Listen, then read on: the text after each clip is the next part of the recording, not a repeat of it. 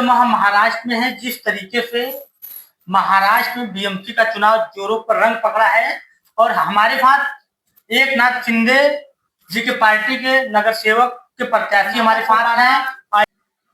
Ward संख्या 18 से प्रत्याशी हैं, जानने का प्रयास करेंगे, उसके बाद इनके बारे में जानेंगे और आगे हम बात करेंगे।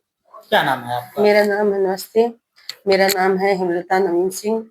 मैं प्रभाग 18 ब की उम्मीदवार हूँ।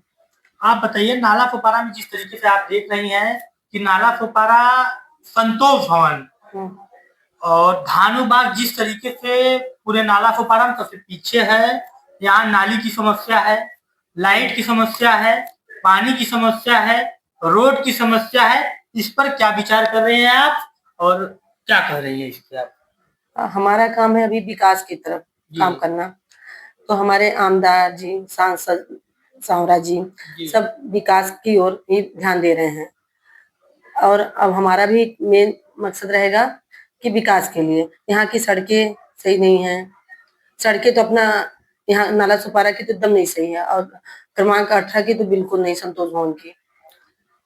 क्या विकास अभी बाकी है जो आप सोची हैं कि यदि हम नगर सेवक बनते हैं तो हम उस चीज को पूरा करेंगे?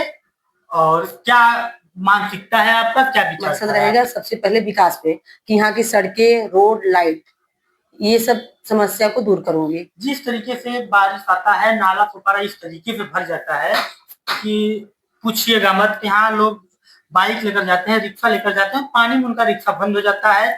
कभी कभी तो गटर इतना खुला हुआ है, गटर इतना बड़ा बड़ा यहाँ खुला हुआ है कि कभी कभी बच्चे उसमें गिर जाते हैं।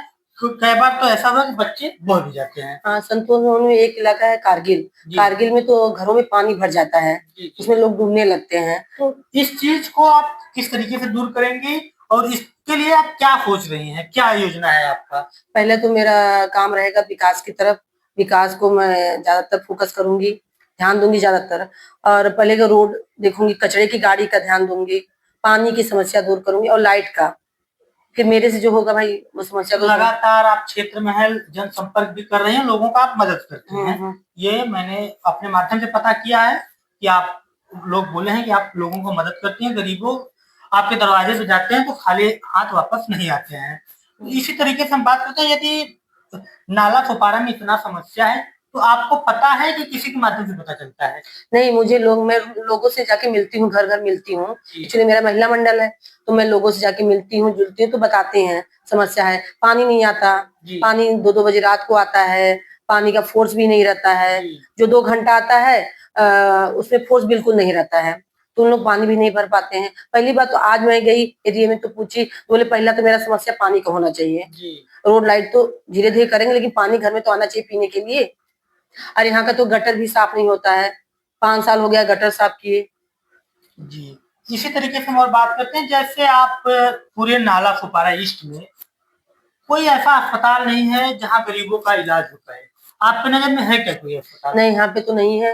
मैं कोशिश करूंगी कि हाँ हॉस्पिटल खुल जाए महिलाओं के लिए ज्यादातर, क्योंकि जब प्रेग्नेंट औरतें रहती हैं तो उनको दूर जाना पड़ता है, तो अपने वार्ड में रहेगा तो अच्छा रहेगा और अपने एरिया में रहेगा। आप विकास के बारे में सोच रहे हैं, वही यहाँ पे लगभग 7 सालों से बीजेपी पार्टी गठबंधन यहाँ पे यहाँ के विधायक हैं और लगभग 7 सालों से आपकी पार्टी यहाँ बीजेपी पहले सत्ता में थी, अभी गठबंधन सत्ता में है। आप लगातार सत्ता की बात कर रही हैं। बहुजन विकास अघाड़ी के यहाँ बहुत बार रह चुके सांसद विधायक हैं, क्या वो ऐसा कोई विकास नहीं किए जो आप बता सकती हैं? नहीं, पिछले क्या थे कैसे थे वो मुझे नहीं पता, लेकिन अब हम लोग काम करेंगे। मुझे अपने पे फोकस करना है ज्यादा। गली गली में जा रहे हैं आप, महिलाएं हैं, जिस तरीके क्या कह के वोट ले रही हैं आप, उन्हें क्या समझा रहे हैं? मैं तो सबसे बोलूंगी कि आप इसी यहाँ पे तो देखिए, पर 30 साल हुआ कोई परिवर्तन नहीं हुआ है 30 साल में। अभी आप एक बार परिवर्तन करके देखिए, फिर आप बोले इससे अच्छा तो अपना यूपी है। यूपी में की सड़कें देखिए कितनी अच्छी हैं, तो ये ध्यान तो देना ही पड़ेगा अपने को। आप जिस पार्टी से चुनाव लड़ रही हैं महाराष्ट्र में दूसरे नंबर की पार्टी है, पहले नंबर पे बीजेपी, दूसरे नंबर पे पार्टी से गठबंधन है, तो इस समय महाराष्ट्र की सबसे बड़ी पार्टी बनी है।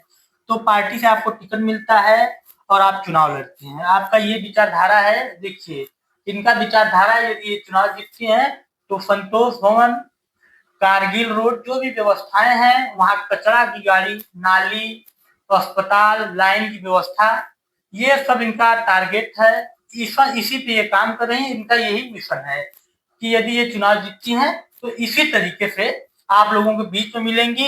इनका कहना है कि हमारा घर भी इसी वार्ड में है, यदि किसी को दिक्कत होगा तो हमारे दरवाजे पे आधी रात को आ सकता है।